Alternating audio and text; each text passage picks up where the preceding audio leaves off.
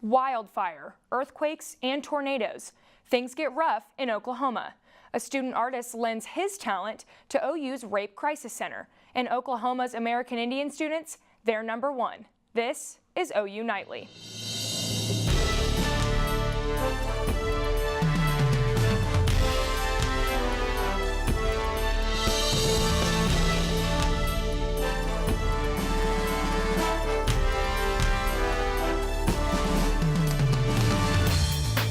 Disaster management officials have lifted the evacuation order, and Northwest Oklahomans chased away by wildfires are returning home. But families throughout southwest Kansas aren't so lucky. Hundreds have left their homes in 10 different communities where the South Plain wildfire continues to rage. This frightening scene has been playing out across Oklahoma and the Texas Panhandle, also in Colorado and Kansas. Out of control wildfires driven by fierce winds, burning hundreds of square miles in the 4 states, sending thick smoke into the sky, closing highways and charring everything in their path. The worst of it is in Kansas, where the fires have destroyed dozens of homes and emergency officials evacuated more than 12,000 people. Not really worried about my house. It's the sentimental stuff that we already got out, so I'm not worried about material things. We can always get that back. So far, the fires have killed at least 6 people in Texas and Kansas. And while the Oklahoma fires are mostly contained, they leave a burned path covering more than 70,000 acres. There's no timetable yet when the stubborn Kansas fires will be under control. And if the worst wildfires of the year aren't enough, folks in northern Oklahoma have been dealing with another threat: earthquakes. 2 earthquakes have rocked the northern part of the state west of Ponca City. The first quake this morning at 10:03 registered magnitude 3.1.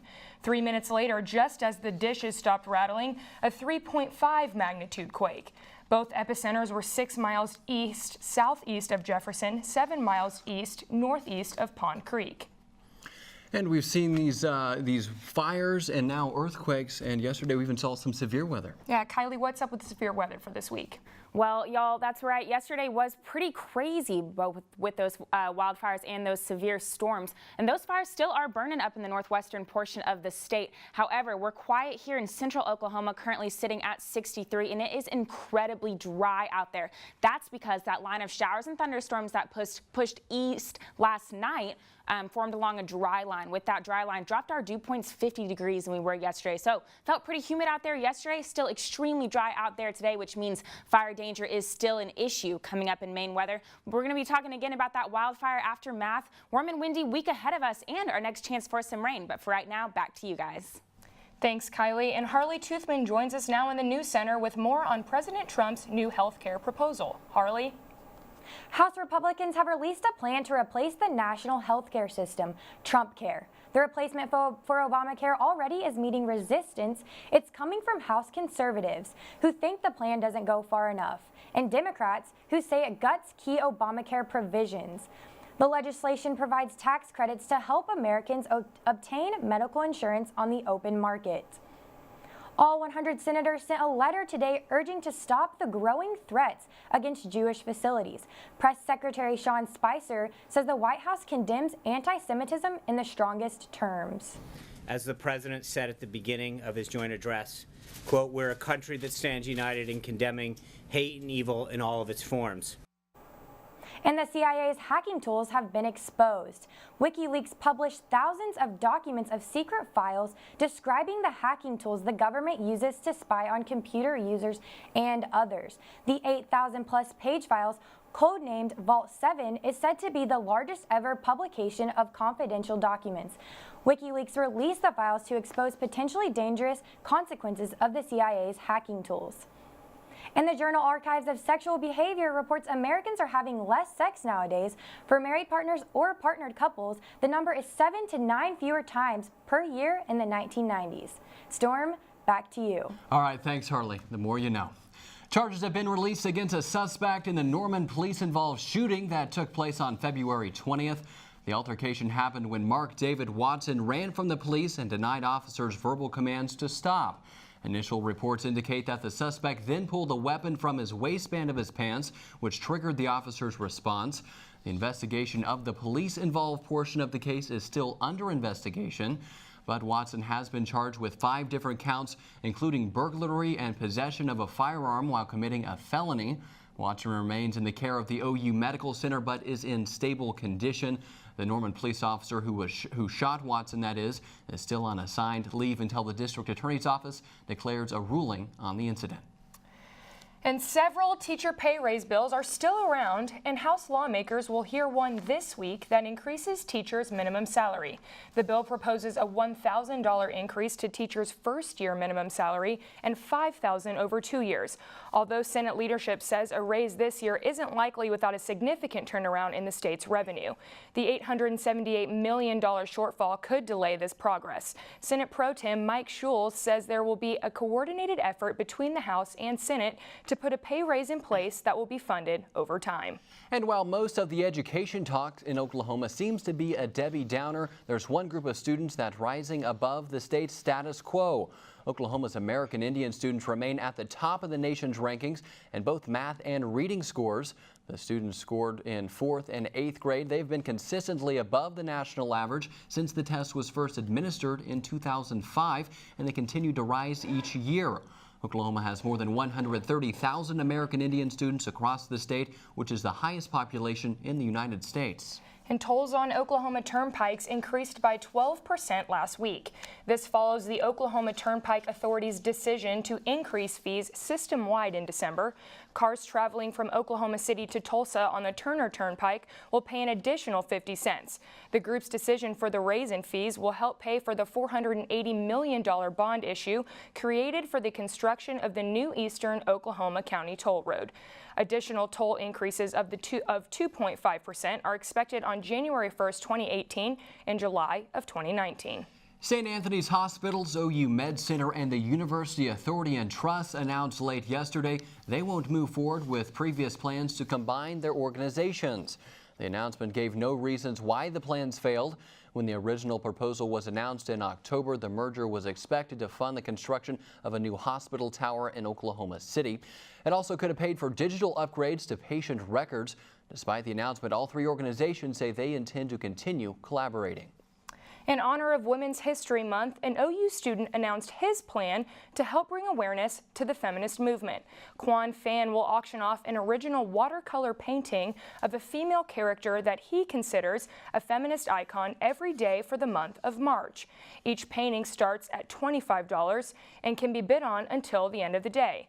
He is also selling prints of each painting for $10 apiece. Fans' donations will go toward funding services provided by the Rape Crisis Center. And young jazz musicians from across Oklahoma swarmed over the Catlett Music Center today for the 2nd annual OU Jazz Festival. With music ranging from traditional to modern, high school students are preparing for the upcoming state competitions by performing in front of OU faculty and judges from around the area. So this is a chance to have a formal performance, a few fine-tuning comments from our judges, and then hopefully send them off to do good things at state. And tonight at 8 to cap off the festival, a concert by the OU Jazz Ensemble. And still to come on OU Nightly, an Oklahoma bill aims at cracking down on protests. Plus, people take to Twitter up in arms over recent WikiLeaks. Stay with us.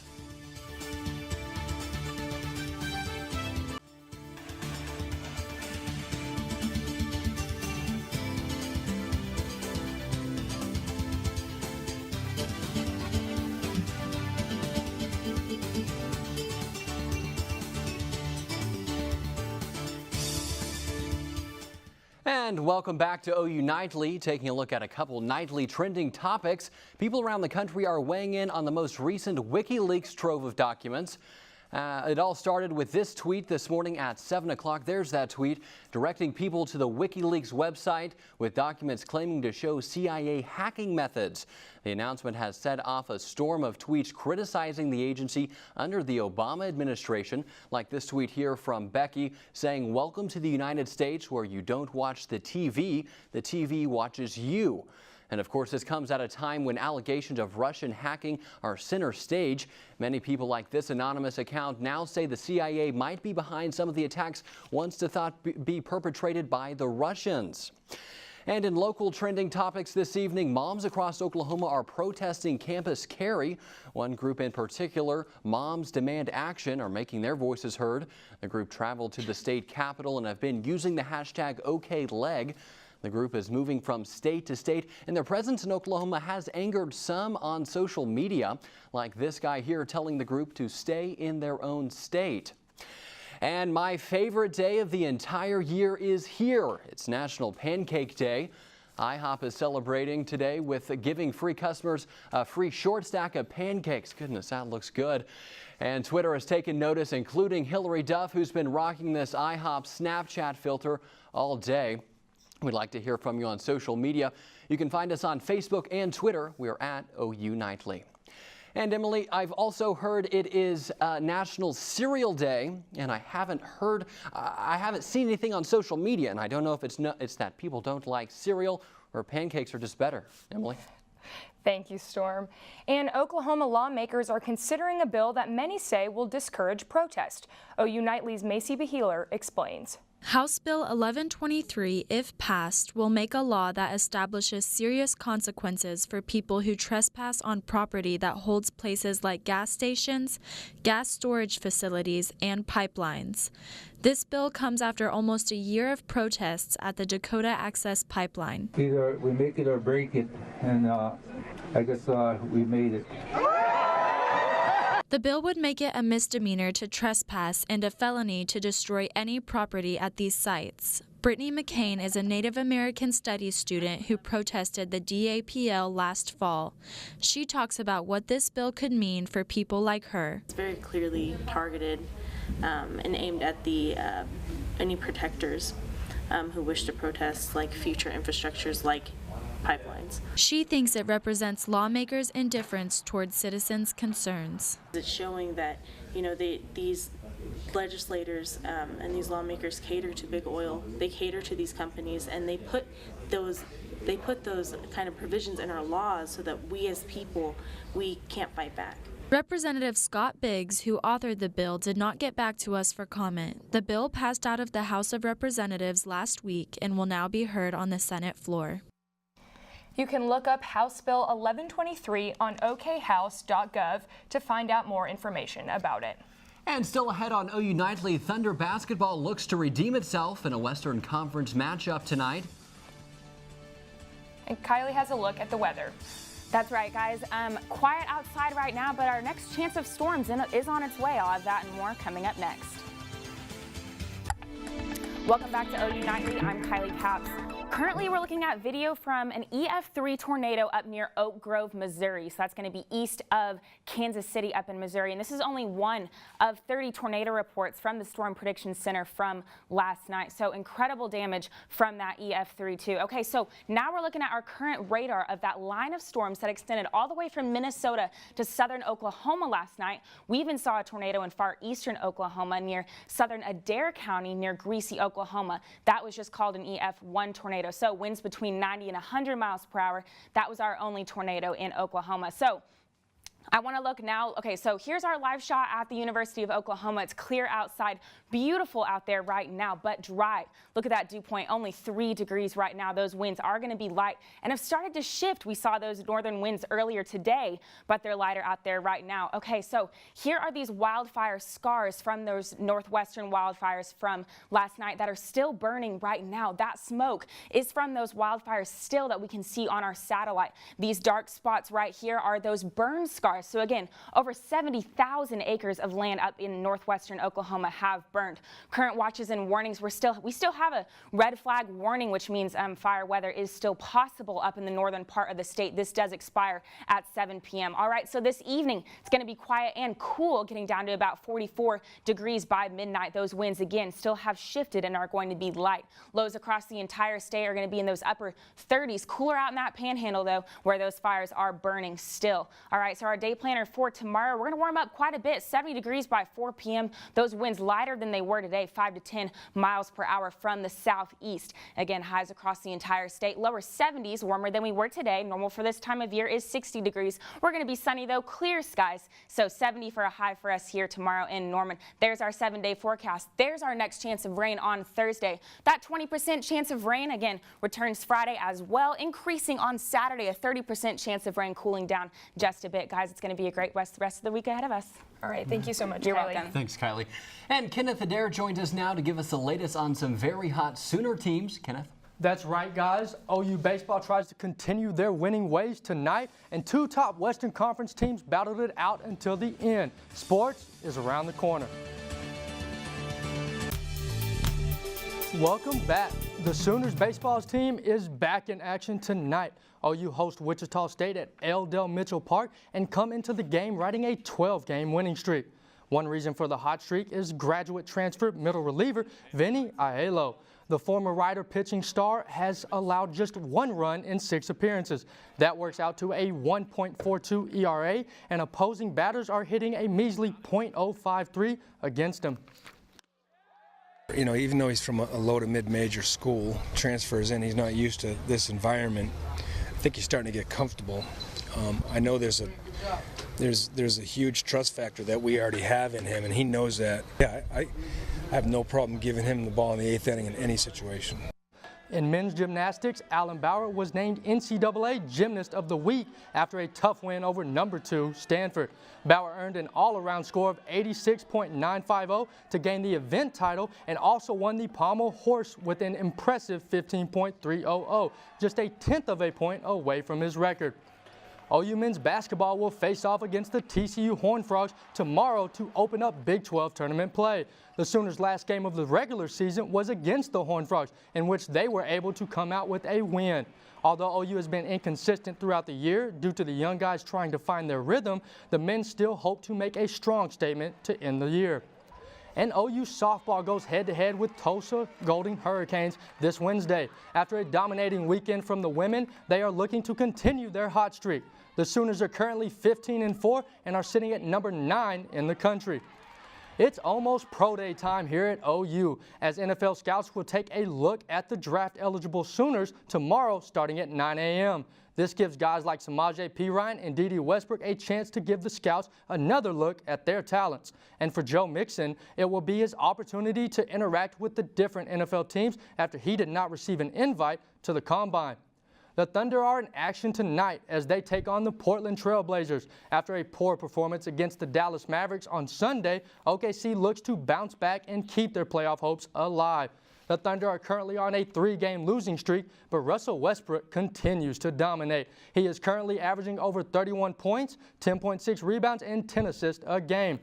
Keeping it in the NBA, the Spurs took on the Houston Rockets in a thriller last night, with Kawhi Leonard making a push for the MVP race. It was back and forth all night, with each team not being able to pull away at any moment in the game.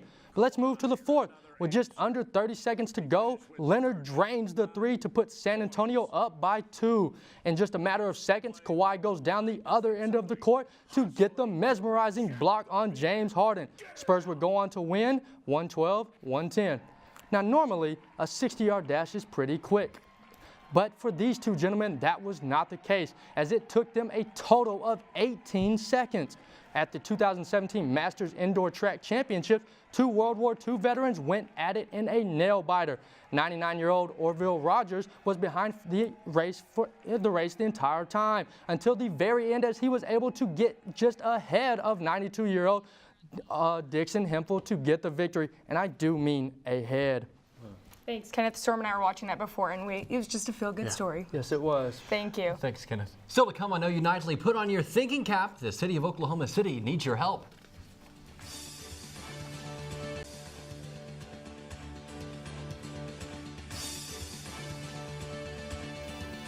I'm Lauren Linville at the Update Desk. The wildfire death toll rises to 6 after an Oklahoma woman dies from fire-induced heart attack.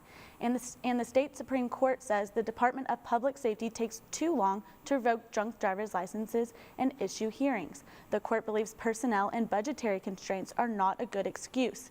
And the National Weather Service says dozens of destructive tornadoes hit overnight in Oklahoma and 4 other states. That's it for now. Back to you in the studio. Thanks, Lauren. The city of Oklahoma City is asking their residents to put on their thinking caps and submit a name for the 70-acre MAPS 3 park planned for downtown Oklahoma City. Mayor Mick Cornett is asking residents to submit their best ideas by April 7th. The park will stretch from downtown Oklahoma City all the way to the north shore of the Oklahoma River. The winning name will be announced at the official groundbreaking in late spring. And Kylie, speaking of springtime, are the allergies still bad? They're still high because it is so dry out there. So guys, be aware of that tonight. All right, we'll keep an eye on it. Thank you, Kylie. Thanks for watching OU Nightly, brought to you by the Gaylord College. We'll see you back here tonight at 9. Have a great evening. Good night.